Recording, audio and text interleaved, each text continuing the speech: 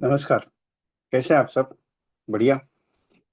जैसे मैंने कहा था कि मैं कॉम्बिनेशन सीरीज जो शुरू कर चुका हूँ जिसमें 200 प्लस में कॉन्सेप्ट वीडियोस आपके लिए बना के दे देने वाला हूँ। तो कॉम्बिनेशन और कॉन्सेप्चुअल वीडियोस रहेंगे जो स्पेशली मैं कुछ नए कंटेंट के ऊपर हर दिन हर हफ्ते में आपके पास कुछ नया मुलाकात लेके आऊंगा, नया प्रोजेक्ट लेके आऊंगा जो आपके मोबाइल पे यूट्यूब पे रहेगा। मेरी रिकॉर्डिंग 2-3 दिन से एक चीज देखा जा रहा है कि वो ट्रांसलेट हो रही है, क्योंकि यूट्यूब का एक नया सिस्टम आया है कि आपकी वीडियो ऑटोमेटिकली इंग्लिश में कन्वर्ट हो रही है, क्योंकि ट्रांसलेट हो रही है ऑल वर्ल्ड के हिसाब से। वो इंश्योरेंस वीडियो है, इंश्योरेंस के रिलेटेड, तो वो ट्रांसलेट हो रही है। तो डोंट वरी, मैंने उसका सेटिंग करके आपको हिंदी में कन्वर्जन दिया हुआ है ऑलरेडी। ये चैनल है, मेरा नाम Vijay Kumar, VK training consultancy Mumbai से हो। स्पेशली 1 लाख प्लस एजेंट्स को ट्रेनिंग अभी तक दे चुका हूँ। 3,000 प्लस मीटिंग्स कंडक्ट किया ऑल इंडिया लेवल में। 20-22 साल का एक्सपीरियंस इस इंडस्ट्री का है। तो रिक्वेस्ट ये है कि कम से कम आप मेरे चैनल को सब्सक्राइब कीजिए, क्योंकि कुछ नया चीज आपको हर रोज मिलता रहेगा। आज है रिटायरमेंट फंड। बहुत सारे लोग ये सोचते हैं कि सर क्या रिटायरमेंट प्लानिंग करना जरूरी है, या रिटायरमेंट के लिए कुछ कंटेंट करना जरूरी है, क्या जरूरत है रिटायरमेंट की। सबसे ज्यादा नीड तो आज रिटायरमेंट का है, क्योंकि 4 सेगमेंट्स में काम होता है। एक रिटायरमेंट है, एक फैमिली प्रोटेक्शन है, एक चिल्ड्रन एजुकेशन यानी बच्चों की शादी के लिए या उसकी शिक्षा के लिए काम होना चाहिए, और ये एक तो आपका financial security system, income replacement programme.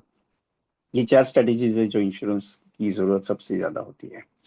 आप कहेंगे सर इंश्योरेंस लेना जरूरी है क्या, रिटायरमेंट जरूरी है क्या, क्या मुझे बच्चों की शिक्षा के लिए। देखिए, we are contributing our life to our families. So अगर हमारे बाद फैमिली को कुछ हो जाता है या हमें कुछ हो जाता है, उसके बाद जो फैमिली की सर्वाइविंग है वो अपने पे डिपेंड होती है ना sir.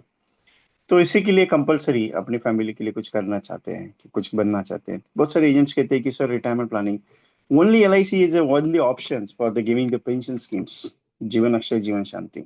None another companies for providing the pensions. अभी लमसम अमाउंट है आपके पास 1,50,000 rupees, you can invest in LIC, get the pension schemes. नहीं, मिनिमम 1 लाख 1.5 लाख से शुरुआत है। लेकिन एक चीज है, आप रेगुलर बचत से भी पेंशन ले सकते हो ना। जैसे कि LIC में जीवन उमंग है, SB प्लान, जैसे जीवन उत्सव है, और जिससे आप पेंशन ले सकते हो। जैसे कि आपके पास पेंशन प्लस प्रोडक्ट जो सिंगल में भी काम करता है और पेंशन में भी काम करता है। सिंगल प्रीमियम में जीवन अक्षय है, जीवन शांति है। क्या नीडेड है पेंशन? सर एक बात बताओ, आज आप अच्छा काम कर रहे हो, अच्छे सैलरी आ रही है, लेकिन जब 60 एज हो जाती है ना, अच्छा इनकम नहीं हो पाता है, सैलरी नहीं आती, सर्वाइविंग करना पड़ता है। कभी आपने अपने नजदीक के वृद्धाश्रम में जाके देखा? सर जिनकी एजुकेशन अच्छी है, जिनकी सैलरी अच्छी थी, आज वो वृद्धाश्रम में है।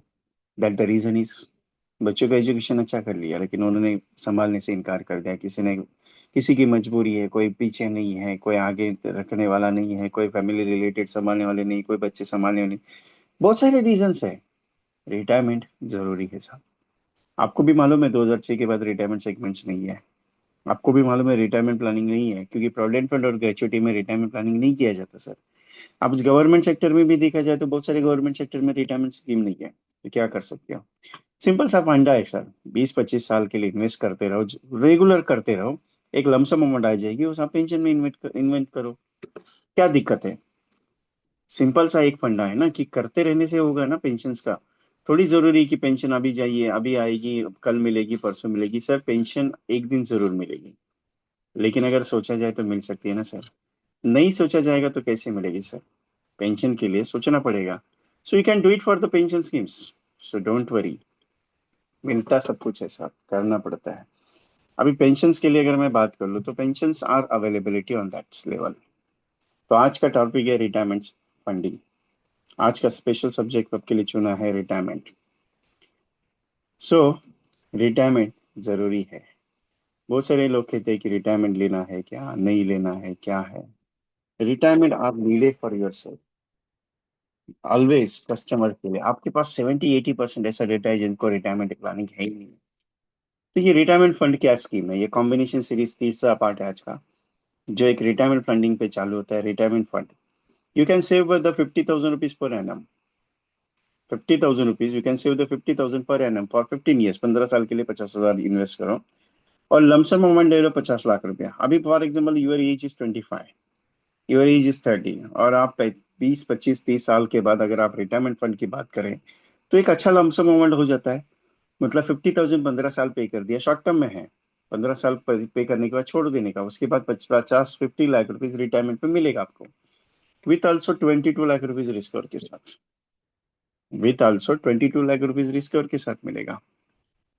बहुत सारे एजेंट्स ये कहते हैं कि सर ये बात तो बराबर है, लेकिन कस्टमर शॉर्ट टर्म चाहता है, शॉर्ट टर्म। सर जिंदगी शॉर्ट नहीं है, जिंदगी लंबी होनी चाहिए, शॉर्ट नहीं होनी चाहिए। इंश्योरेंस आपकी जिंदगी भर के लिए होना चाहिए सर, आज के लिए कल के लिए नहीं होना चाहिए, क्योंकि आने वाले दिनों का कभी भरोसा नहीं होता है सर।